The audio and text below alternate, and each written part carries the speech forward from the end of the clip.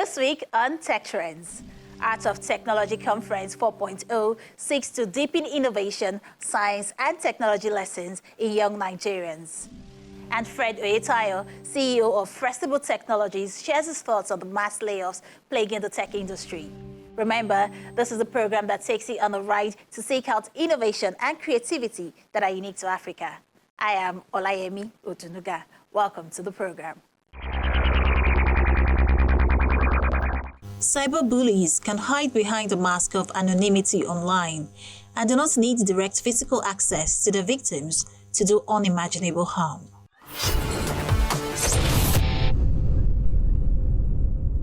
The fourth edition of the Art of Technology Conference focuses on talent acceleration and a smarter Lagos.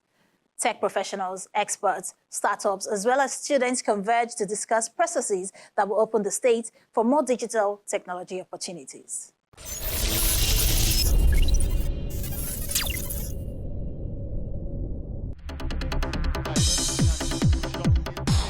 The fourth edition of the Art of Technology Conference brings together industry stakeholders, policymakers, tech experts, startups, and students to discuss strategies to drive a smarter Lagos. The conference focuses on talent acceleration and a smarter Lagos, and the role of the youth on the roadmap is played up. Our experience with AOT has persuaded us that the only way we can actually accelerate progress and decrease inequality is through multi-stakeholder and multilateral cooperation by tasking technology. I firmly believe that working together is essential right now, and that mobilizing our youth behind a shared goal may accomplish wonders. My earnest hope is that as a result of our tireless efforts, this conference will assist our youth in making firm decisions about how they might get closer to achieving their objectives. On this note, talent acceleration and smarter Lagos will be our focus. Within the tech ecosystem, Lagos has a track record of attracting investments and providing opportunities for startups to thrive, and also increasing the employment status in the innovation sector. Over the years, between 2019 and 2021, Lagos State has emerged the #1 startup investment capital in Africa, right? In terms of volume of deals that have been made. So, and why is this so? About 107 technology startups have raised funding in Lagos to the tune of $750 million in 2022 alone. That in itself is a record. Now, what are some of the enablement levers? What has been making Lagos State the #1 startup capital, right? We have the hubs and co-working spaces that have been doing quite a bit to incubate, to accelerate this the startups in this sector. We have the university initiatives, and of course, local and foreign VC investments. These levers have been driving the growth in our ecosystem.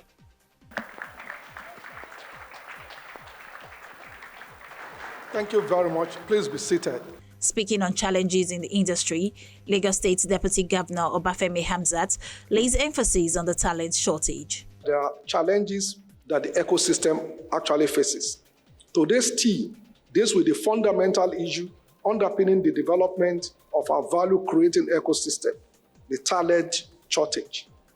Nigeria graduates about 70% less STEM graduates than OECD countries. Out of the STEM students that are graduated, 2 in 4 migrate to environments with better infrastructure and opportunities to suit their talents. So today we hope that once again, we can co-create strategies and tactical initiatives that will deepen talent output and development in this sector. Views and opinions of active participants in the ecosystem are shared during plenary and breakout sessions that seek to drive technology and innovation outcomes. You know what we like to call the 21st century skills of communication, collaboration, critical thinking, problem solving, innovation. We have to infuse all these into our curriculum, and that's one step that we've taken. They are not subjects. You know, these 21st century skills, they are not really subjects. You can't say, oh, it's time for problem solving. You integrate it across the curriculum. We talk about curriculums, we talk about having more females into STEM, etc. That's all good. From my perspective, I think we should think on what we're doing is about how we get trained. How is the access to that learning? Because one thing clear is that when we hire tech talent, we check the curriculum, we check the universities, that's true. But we normally check whether they have that kind of certifications in specific technologies, and more important so, are they updated? This will be the next building.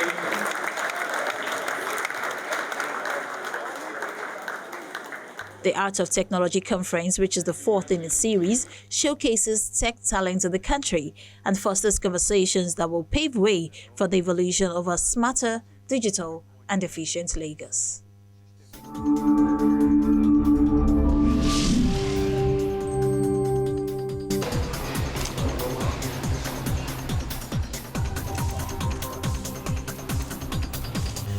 "17-year-old Meshach Odion walks to the school library for his next class in ICT. But today is meeting with a team of young tech entrepreneurs who have come to showcase the reading app for the blind with the class. Blind from birth, Odion attends the Pacelli School for the Blind and Partially Sighted Children. He aspires to be a musician. Odion has always been worried about what the world holds for him, with only Braille as his means of reading. He is now more hopeful. Actually, I would prefer this app because there are many things that I will see outside there, and maybe it will not be in Braille, it may be in sighted, so this app will help me to recognize it. Odion's renewed hope about his future has been made possible by a Nigerian startup called Vinsight that is focusing on using tech to assist the blind. The team have developed several products, including a mobile app that translates text to audio, which they are now remodeling from the phone software to a hardware eyeglass.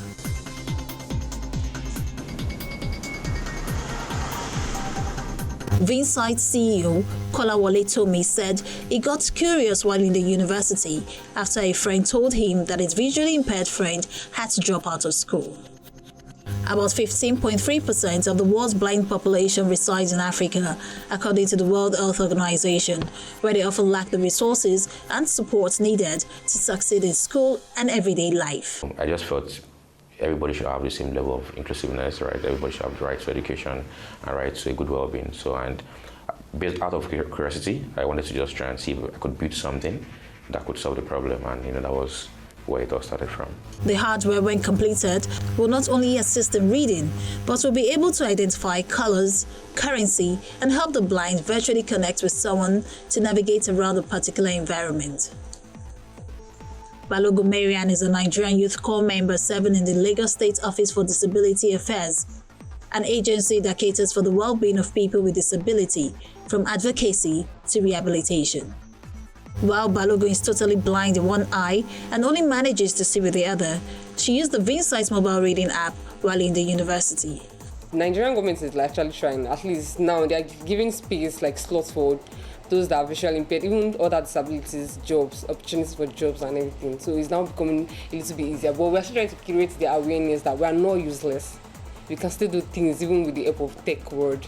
We see ourselves as more as a technological company driving inclusion and driving support for what is already available. So we're just trying to ensure that even though what is already available might not be sufficient enough, we use our technology to give buoyancy and support to what's already available.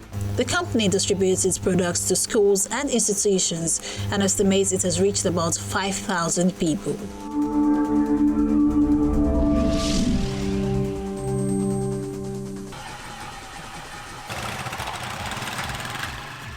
As a pair of motorcyclists from Ghanaian startup Smooth zipped along Accra's back streets with deliveries, a team of software engineers tracked their progress on screens.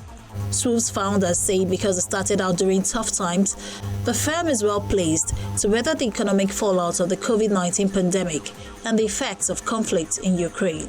Because of the economic pressures, it's driving everybody to be more cash efficient, right? So you have to be very cognizant of how much your customers can afford and what they can do, and build your operations and your product to suit that, right? So even though it's tough times, I think businesses that can survive within this particular time frame will do even better when times get better. And I'm expecting times to get better maybe within 2 or 3 years, right?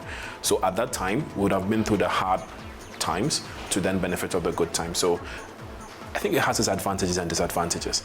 They're being shaped by the flames of economic struggles.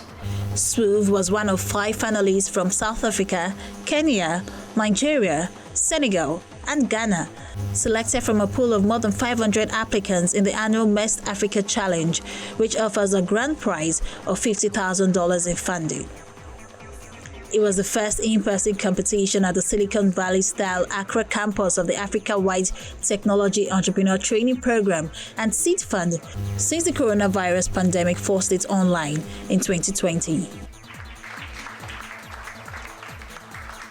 This year's finalists developed their businesses in a downturn that has affected emerging markets, making the journey to success much harder. When you find an entrepreneur here who's been able to launch a business, grow that business, rally up interest, finance, resources, talent around that, it's a huge feat, right? Just because it's harder to find those things here. So the analogy I would use is, walking into a gold store and buying a nice bracelet versus having to actually mine for the gold, refine the gold, design the gold, right, before you actually then present it to the customer. And that's typically the situation here on the ground. The competition was won by Senegalese e-commerce platform Kweli, which focuses on African-made products. All 5 finalists will receive coaching from MEST throughout the life of the companies. We're going to see a few key ideas that are going to blossom and build up into probably big unicorns. The continent still doesn't have a lot of this problem solved, so we're going to see a lot of startups that are coming up that are actually going to solve these problems, and now they have the money to be able to do it. So the future is very exciting for the continent. Although Swoof did not win, Tabiri took comfort in the outlook for African innovation.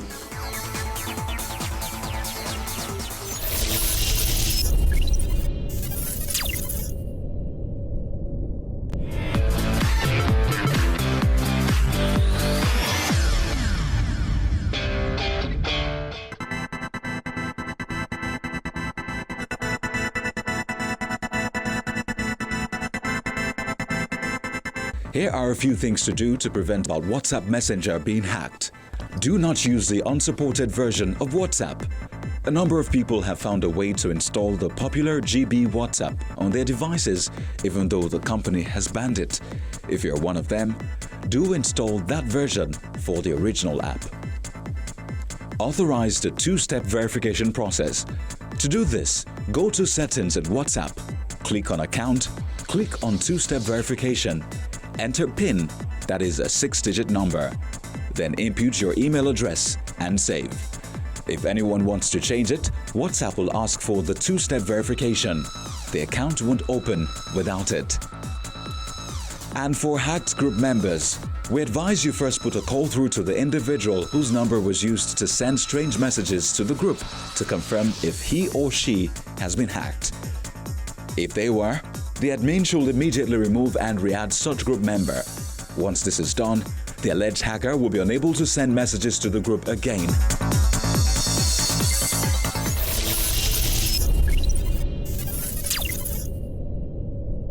The tech industry for months now has been witnessing an increased level of job cuts and hiring freezes.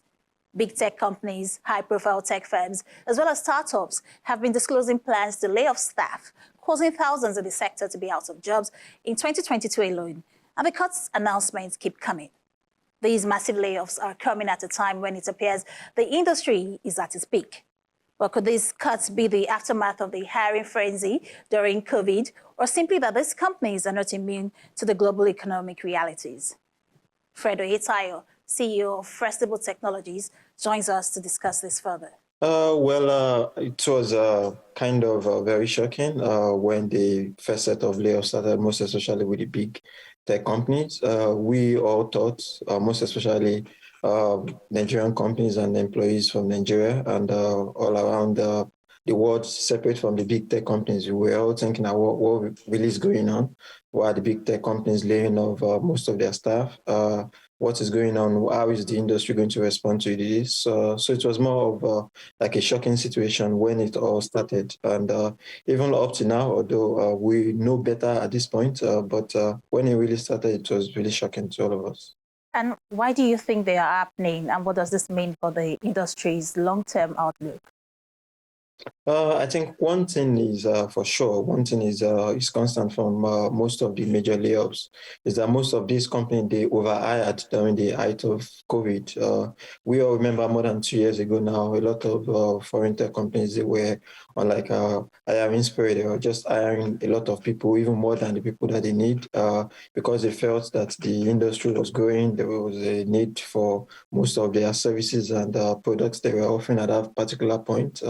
But as of now, revenues are going down. There's a possibility that the recession is coming in, and so they need to match their revenue. So that is the major reason why a lot of companies, most especially the big ones all around the world, are laying off most of their staff at this point.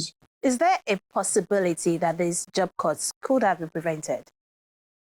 Well, yes, it could have been prevented in a way, most especially when the hiring spree started. Most companies, because during the height of COVID, a lot of people, we did not know, this had never happened in our generation. The last major outbreak like that was in the 1920s, more than 100 years before the COVID-19. So no one really had a template of what was going to happen. A lot of people there were a lot of demand, which a lot of companies needed to employ more people at the end of the day. I wouldn't say that companies expected this to happen, but they could have taken preventive measures to ensure that they don't overhire more than the people that they need. In situations like that, most companies could have taken on contract staff because it was not a certainty that this was going to go on for a long period of time. Not a lot of companies were going to enjoy the same revenue drive, the same revenue growth, which they're enjoying for a long period of time. And now when it is all coming to forth, a lot of people know at this point in time that revenue is going down. There is a possibility of recession coming up within the next few months. So they need to downsize at the end of the day. Now, aside the hiring frenzy during COVID that you mentioned, there are different opinions as to why this is happening in tech. Some believe it's an indication of a tech bubble busting or that the companies are preparing for a recession. What's your take? Well, it was more of, I would say it was more of a bubble during the hiring spree that went on more than 2 years ago, even for some companies, even up to now. Because the situation is when a lot of companies raise money, they are always of the view that we need to hire more people so we could spend the investors' money. We need to do all sorts of things, which sort of a way created a bubble for most of these companies. So it's kind of like the bubble bursting in a way, but the investors, on the other hand, they're also very wary of investing into a lot of businesses now because there are a lot of uncertainty, both on their end and also on the company's end, because they don't know where the next money also is going to come from. So most of these companies, they need to downsize, and which is the current situation in which we find ourselves right now. And still talking about the layoffs, could they be a sign of a broader slowdown in the tech industry? Well, yes, in a way, but also on the other way, no. I believe technology is here to solve a lot of problems. So I don't see a situation whereby tech is going to slow down on the long run. Hiring can slow down. A lot of companies can downsize or they can freeze on hiring for now. But in terms of what technology can solve, in terms of what technology can do, I don't see a slowdown to it. Companies will keep innovating. Innovative companies also will, at this point in time, also raise money, no matter the situation in which we find ourselves. So I really don't believe that technology is going to slow down, both in Africa and all around the world. Innovative ideas are always going to spring up. People are always going to find solutions to new problems. We are a world of more than 8 billion people. There are always going to be problems to solve. And technology, I believe, will be at the forefront of that. Well, it appears that these companies that are embarking on these layoffs are trying to mitigate some problems they believe that the layoffs, could address. But what if that doesn't work? Are there other solutions that it can, approach? It's very easy to put a blame on where most of your profit is going to, where you are mostly spending your money on, where.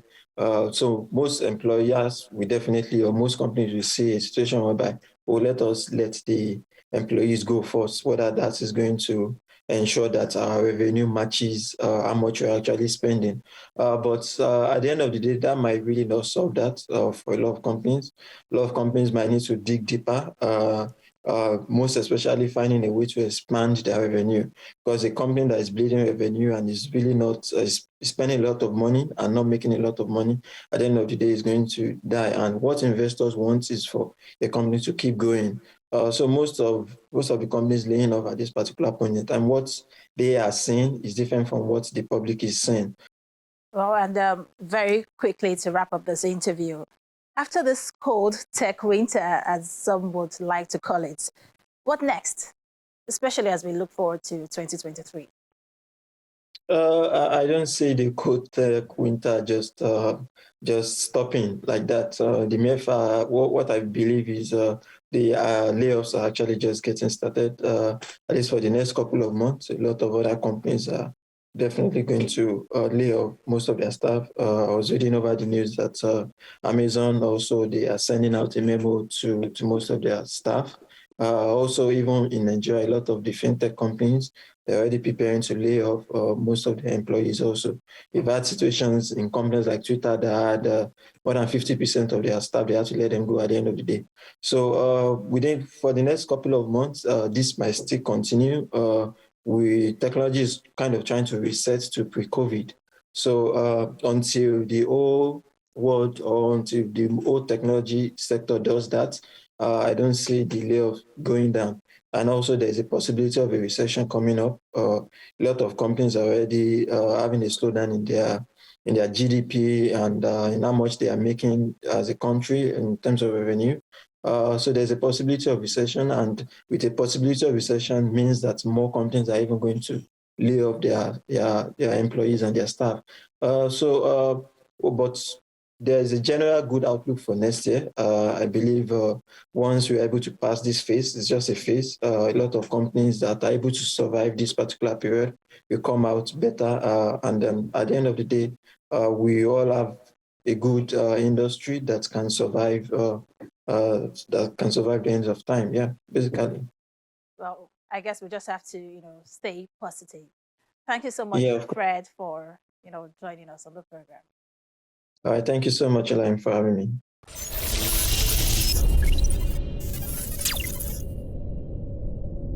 That's it on this episode of Tech Trends. Many thanks for staying with us. As always, we will continue to show you how tech-savvy innovators are crafting homegrown solutions using technology in the country. From startups to big techs and, of course, impactful thinkers. We'll show you all. If you missed any parts of the show, you can always catch up on social media on the Channels TV YouTube account. For Tech Trends, I'm Olayemi Odunuga. I'll see you next time.